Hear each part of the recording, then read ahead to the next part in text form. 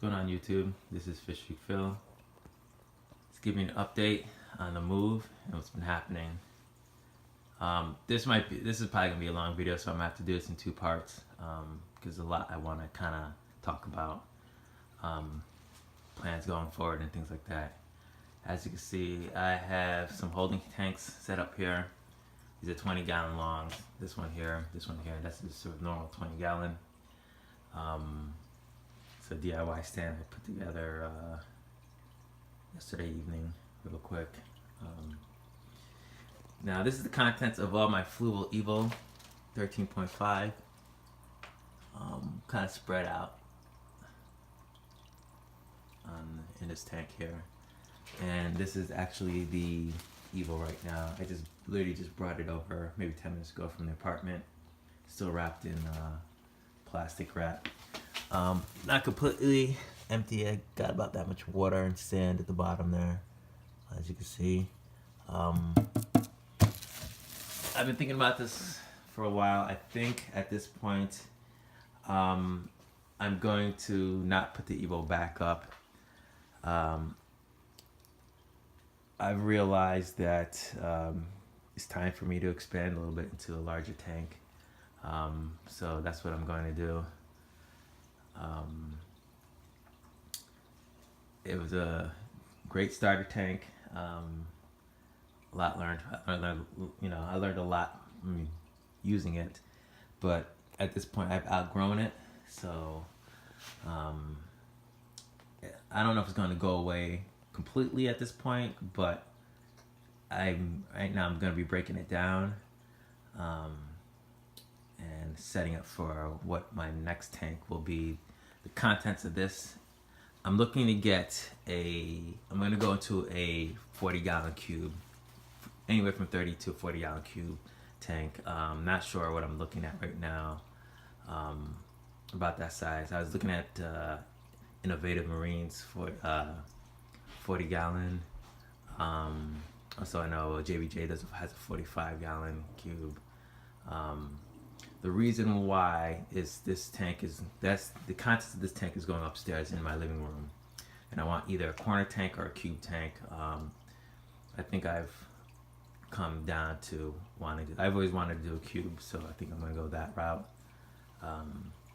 So yeah, everybody's doing pretty good right now. So I actually have some crabs and snails that were left over in the tank in there, a couple of corals, and right now that's just salt water mixing. Nothing in there. But I actually want to show you guys real quick. Gotta put the phone down. Let's see if I can do a good view how I do this, or not. I should have thought this through before starting to shoot. Anyway, let's see if I can do this with one hand. Sorry about this, y'all. This is now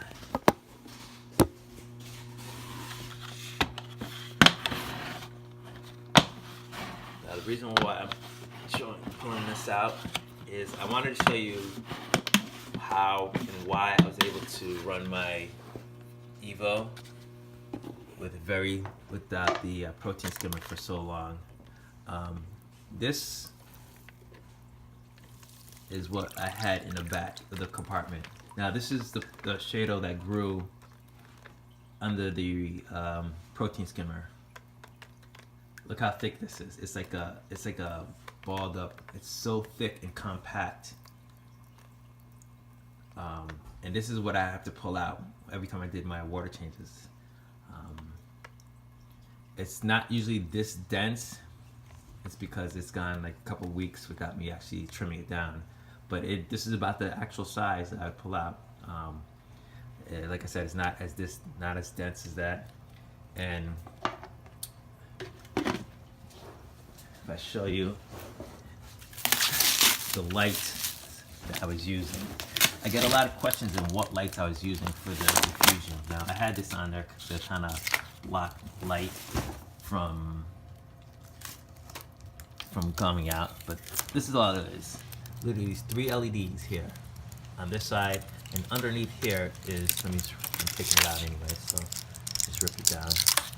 So these are the LEDs, excuse me, if I yank this out, that I used. And that's all. That's literally all it was. It's one underneath here, and one on here. Had them both on a single timer that ran opposite of my lighting schedule, and actually it ran into it as well. I ran those lights pretty much from the time even before the lights went off on the tank. Those lights would kick on. I had a long photo period for the Cheeto. I think that's why I was so successful in growing it, because I had to try to outcompete my prime, which is only which it really, that's the only way it had a chance, is to running it really long, and it did. It worked for me. You may have, now I have on my cold volt aquatics, I have another actually grow light. That thing is growing Cheeto like mad. Like I looked at it today and I already have to, the same thing you see, the same effect you see there, it's what it's done on the other tank. So if you don't want to use that, I know there's all types of lights you can use. I would recommend using that. And honestly, with that, I didn't even need the protein skimmer. I haven't run the protein skimmer it's been weeks, probably a month plus. It's just too tiresome, because having to rip out Cheeto, to get the water to level out, because what happens is, you see how dense that Cheeto was? The water wasn't too high for the protein skimmer, so it's just bubbling over into the collection cup.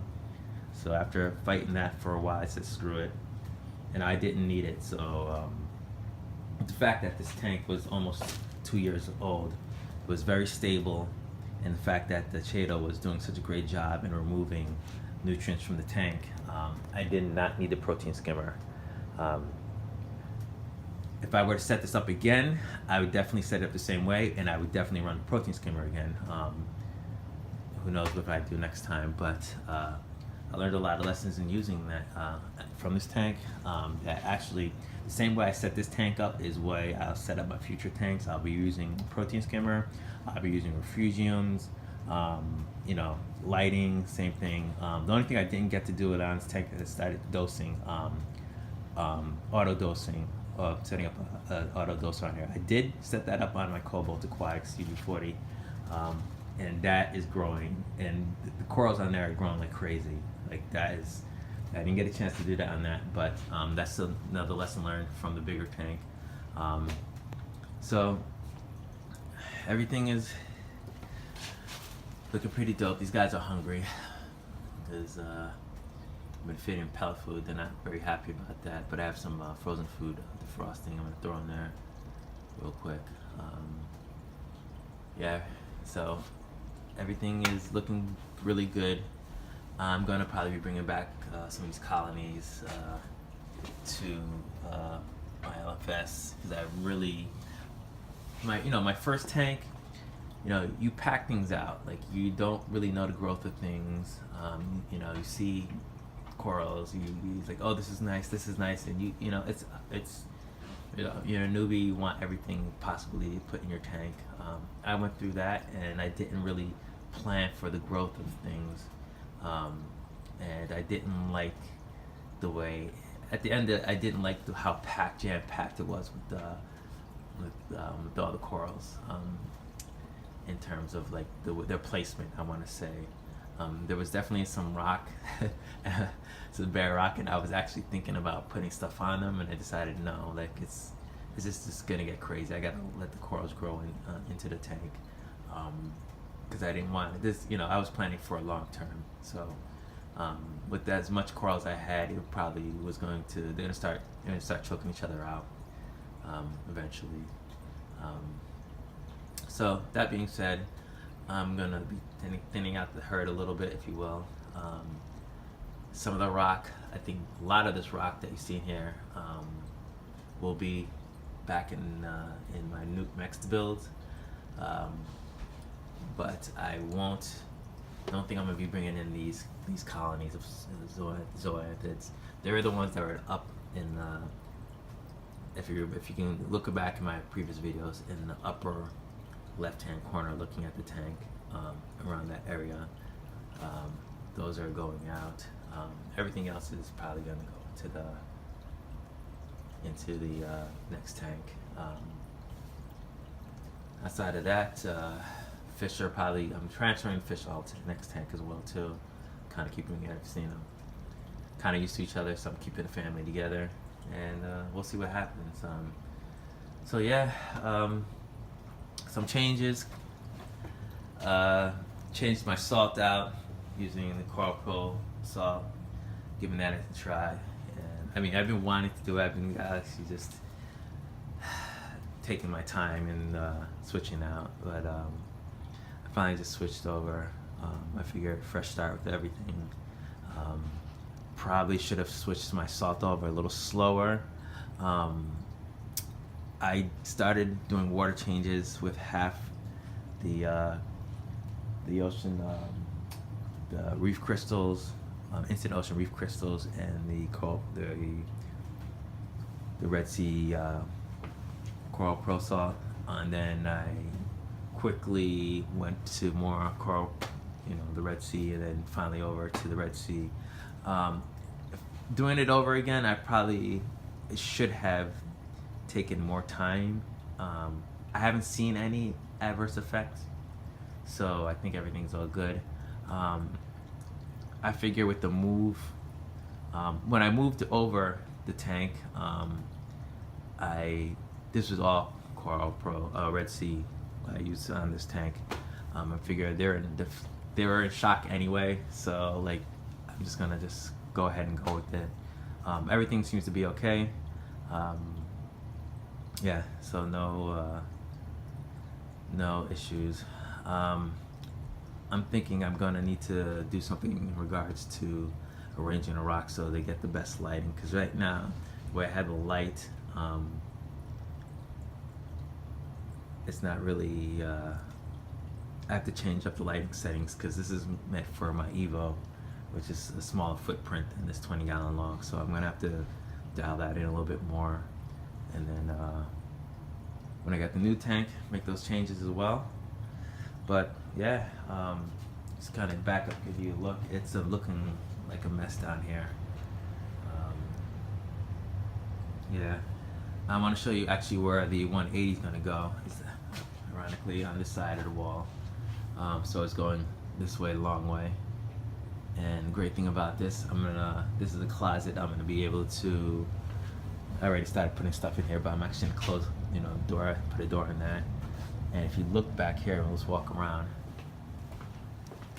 I already have my RO unit set up there, but I'm actually cutting that out and putting my water units on the other side of that, the sink there. So I got a lot potential here. So if I want to, I can even put my sump on this side of the wall. But we'll see. We'll see. Yeah. Yeah, do I poke speakers? I need to hook those up. Anyway, yeah, so that's what's up. Still working on getting things set up,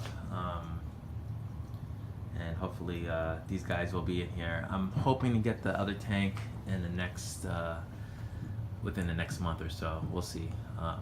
I still haven't decided exactly what I'm doing yet, but decisions will be made soon. Anyway, this is Fish Streak Phil, giving you an update on the move of the Fluval Evo 13.5, as well as the update on my Cobalt Aquatic CV40. Even though you haven't seen much of it lately, I'll do a video exclusively on that next. Anyway, do your research, try things out, see what happens. Go ahead, hit that subscribe button, hit that notification button, hit that like or dislike, leave your comments, leave your questions, and I'll get back to you as soon as I can. There you are.